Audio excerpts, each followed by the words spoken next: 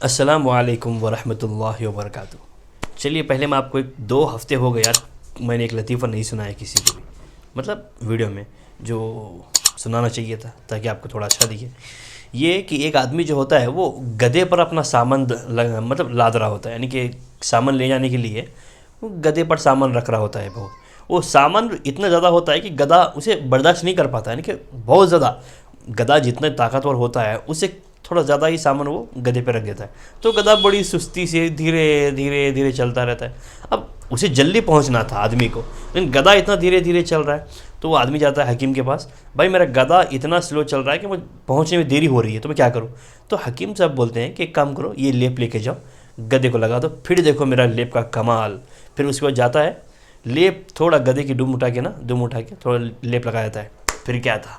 گدھے میں racing machine کی اسپیڈ آتی ہے نا، جیسے کہ ریسنگ بائک ہوتی ہے نا، سمجھو ایسا ہو گیا ہے کہ جیسا گدھے کو آپ نے ریسنگ بائک کی مشین لگا دی ہو، اتنا اسپیڈ سے دوڑنا شروع ہو جاتا ہے گدھا۔ پھر یہ آدمی اس کی اسپیڈ کم ہو جاتی ہے، پھر یہ پوچھتا ہے یہ سب، اب یہ پریشان ہو جاتا ہے، یار یہ گدھا تھوڑی دیر بھاگتا ہے بعد میں اب کتنا بھاگے گا انسان، وہ بھاگ رہا ہے گدھا، اسپیڈ زبردست بڑھ گئی ہے، اب اس کی اسپیڈ بھاگ کے الٹا کم ہو جاتی ہے۔ پھر یہ سوچتا ہے کہ یار کیا کروں،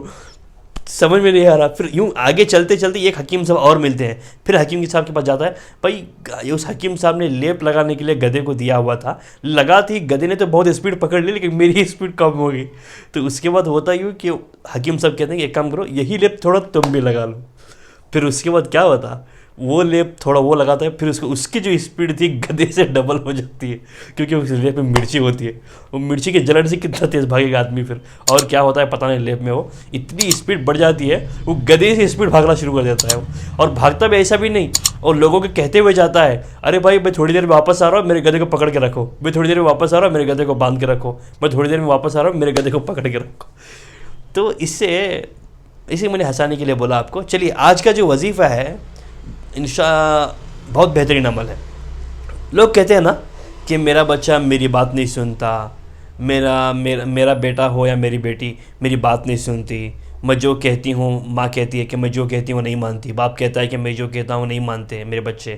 نافرمان ہو گئے ہیں، حالانکہ بہت شرارتی ہو گئے ہیں، اور میرے بچے نیک بھی نہیں ہے، اچھا مطلب اس طرح کے پریشان ضد کرتے ہیں بار بار، ہم جو کہتے ہیں ہمیں سمجھتے ہی نہیں، ہمارے بچے ہماری نافرمانی کرتے ہیں، ہمیں ماں باپ کو پریشان کرتے رہتے ہیں ہمارے بچے، یہ بار بار ماں باپ کا کہنا ہوتا ہے۔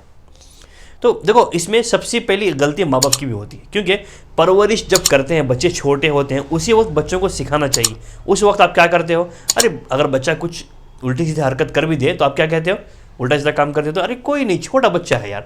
چھوٹا بچہ ہے بول کے، پھر جب بچہ بڑا ہو گیا، تو جب بچہ آپ کی بات نہ مان رہا، آپ کی بات سمجھ رہا نہیں، سن رہا نہیں، تب بھی کہہ دو نا چھوٹا بچہ ہے یار، ننا منا، میں ایک چھوٹا سا ننا منا سا بچہ ہوں، حد ہے یار۔ دیکھو جب آپ کا بچہ کوئی الٹی سیدھی کام کرتا ہے، الٹا سیدھا کام، کوئی الٹی سیدھی حرکت کرتا ہے، تو اسی وقت یا تو بچے کو ڈانٹ دو یا تو پیار سے سمجھاؤ، بیٹا ایسا کام نہیں کرتے۔ آج کل کے بچے تو ایسے ہوتے ہیں کہ ٹیوشن یا اسکول میں جانے کے بعد رزلٹ کوئی یا ٹیسٹ کے پیپرس ہوتے ہیں اسکول کے، تو اپنے ابا کی ڈپلیکیٹ سگنیچر کر دیتے ہیں پیپرز پہ تاکہ وہ پیپر گھر تک نہ پہنچے۔ تو یار ایسا معاملہ آپ کے ساتھ نہ ہو، یعنی کہ بولنے کا میرا مطلب ہے کہ بچے اگر آپ کی بات نہیں سن رہے، بچے نافرمان ہو گئے ہوں، تو آپ چاہتے ہیں کہ بچے میری بات سنیں، صحیح سے رہے، اچھے سے رہے، سمجھدار بنے، ہوشیار بنے، یعنی کہ ایسا نہ ہو، ہمیں سکون دینے والے بچے بنے، نہ کہ ہمیں سزا دے رہے ہوں۔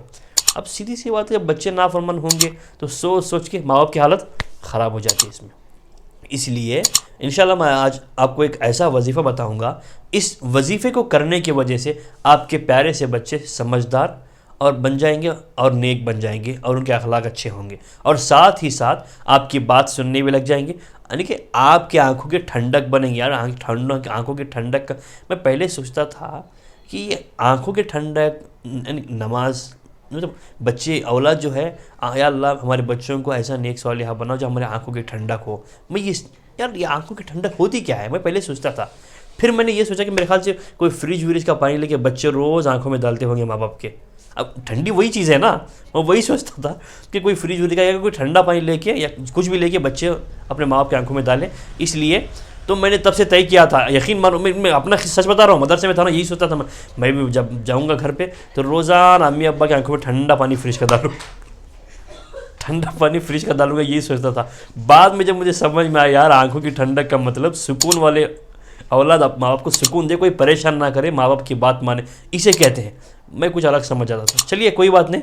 یہاں تو میری بات تھی۔ اگر آپ چاہتے ہیں کہ آپ کی اولاد آپ کی آنکھوں کی ٹھنڈک بنے، آپ کو سکون دے، نافرمانی نہ کرے، نیک بنے، صحیح بنے، تو اس کے لیے ایک وظیفہ ہے۔ رات میں سونے سے پہلے دیکھو کوئی بھی وظیفہ نا وضو کے ساتھ کرنے میں بڑا فائدہ ہوتا ہے۔ تو آپ وضو کر کے سوئیں، پہلے تو وضو کر لیں، وضو کرنے کے بعد اللہ کا ایک نام ہے، وہ نام آپ کو 100 مرتبہ پڑھنا ہے، یا 101 مرتبہ پڑھیں گے تو بہت، ایکچوئل میں ایک طاق عدد ہوتی ہے، 3 5 7 9 11 21 ایسا تعداد ہوتی ہے۔ تو آپ 101 مرتبہ یا مؤخرو، یہ اللہ کا نام ہے، یا مؤخرو 101 مرتبہ رات میں وضو کر لیں، پہلے وضو کرنے کے بعد یا مؤخرو 101 مرتبہ پڑھیں، پھر سو جائیں۔ دل میں نیت رکھیں یا اللہ میری اولاد کو صحیح سمجھ عطا کر، نیک بنا دے، اور ان کے اخلاق اچھے کر، اور یہ ماں باپ کے فرما بردار بنے، نہ کہ شرارتی بنے، اور ماں باپ کو سکون دینے والے میرے اولاد کو میری آنکھوں کی ٹھنڈک بنا۔ دعا یا تو ماں پڑھ سکتی ہے یا تو باپ پڑھ سکتے ہیں، یا دونوں ملا کے پڑھیں گے تو اور بھی اچھا ہے۔ تو 101 مرتبہ یا مؤخر پڑھیں۔ اور ایک بات، دن میں 5 نمازیں پڑھتے ہیں آپ، صبح ظہر عصر مغرب عشاء، جو بھی نماز پڑھیں گے ہر فرض نماز میں خاص کر کے بچوں کے لیے دعا کریں، یا اللہ میری اولاد کو میری آنکھوں کی ٹھنڈک بنا، یا اللہ میرا اولاد کو نافرمان نہ بنا، یا میرا اولاد کو بگڑنے سے پہلے سدھار دے، یا میرا اولاد کو نیک صالحہ بنا۔ اس طرح سے اپنے اولاد کے لیے بھی، یا ہمارے اولاد کو یا اللہ آنکھوں کی ٹھنڈک بنا، سکون دینے والی بنا۔ اس لیے ماں اور باپ دونوں اپنے بچوں کے لیے دعا کریں۔ ویسے بھی ماں باپ کی دعا اپنے بچوں کے لیے بہت جلدی قبول ہوتی ہے، تو اس عمل کے ساتھ یہ بھی عمل کریں۔ ویسے بھی آپ کا نماز پابندی کر کے اور فرض نماز کے بعد دعا تو کرنا ہی ہے، ورنہ آپ کا عمل کون سا بھی قبول نہیں ہوگا، یا مؤخر والا بھی قبول نہیں ہوگا، یہ تو کرنا ہے۔ اسی کے ساتھ یہ عمل کریں گے تو انشاءاللہ آپ ایک تو نماز کی پابندی ہو جائے گی، دعا کرنے کی وجہ سے آپ کی دعا بھی، بچے آپ کے صحیح راہ راستے پہ آ جائیں گے، اور اس عمل کو کرنے کی وجہ سے اللہ تعالیٰ آپ کے بچوں کو صحیح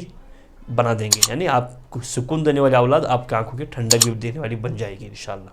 تو جس طرح بتایا ہے بالکل ویسے کریں انشاءاللہ، پھر آپ دیکھیں گے اس وظیفے کا کمال، اور آپ کے نمازوں کی دعا کا کمال دیکھیں گے۔ آپ کی اولاد آپ کی بات سننے لگے گی، آپ کو سمجھنے لگے گی، اور آپ کو سکون دینے والی آپ کے آنکھوں میں ٹھنڈک، آپ کی آنکھوں کی ٹھنڈک بن جائے گی آپ کی اولاد انشاءاللہ۔ چلیے پھر ملتے ہیں اگلے ہفتے، تب تک کے لیے آپ اپنا خیال رکھیں، اور ساتھ ہی میرے لیے دعا بھی کرتے رہیں۔ اچھا، میں ایک ضروری بات کہنا چاہتا ہوں یہاں پہ،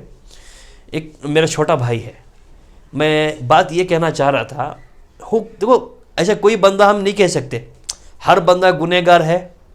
نہیں کہہ سکتے، کیونکہ سب سے بڑا گنہگار تو میں ہی ہوں یار، میں مانتا ہوں، چلو سب سے بڑا گنہگار میں، ایسا ہم نہیں کہہ سکتے کس کی دعا قبول ہوگی، نہیں کہہ سکتے۔ ہو سکتا کوئی اللہ کا ولی دیکھ رہا ہوگا ویڈیو، ہو سکتا ہے نا، اب دلوں کی بات جاننے والا کون؟ صرف اللہ، اللہ کے علاوہ کوئی جانتا نہیں دلوں کا۔ ہو سکتا ہے کوئی بندہ اللہ کے قریب ہوگا، اس کے لیے خاص دعا کرے، اس کی صحت کے لیے، تاکہ اللہ تعالیٰ اس کی صحت کو اچھا کرے، اور اسے اتنا مضبوط بنائے تاکہ وہ اپنی صحت کا خود بھی خیال رکھ سکے، اور صحت اس کی بگڑے نہیں، اور بہتر رہے صحت۔ یہ دعا کریں، یا اللہ، اس کا نام ہے عبد الرحمن، ایکچولی اسے عبداللہ نہیں بولتے ہم لوگ، بڑا غصہ آتا ہے اسے، عبداللہ بولیں گے، اس کا نام عبد الرحمن۔ یہ ویڈیو کی ایڈیٹنگ کرنا، ویڈیو اپلوڈنگ کرنا کبھی وہی کرتا ہے، اس لیے دعا کریں۔ دیکھو آپ تک اتنی محنت کر کے وہ آپ تک پہنچا رہا ہے، تو آپ یہ دعا کریں، یا اللہ عبد الرحمن کی صحت کو تندرستی عطا کر، اس کی صحت اچھی رکھ، تاکہ وہ بھی خوش رہے، ہم بھی خوش رہیں۔ چلیے اگلے ہفتے ملتے ہیں۔ السلام علیکم ورحمۃ اللہ وبرکاتہ۔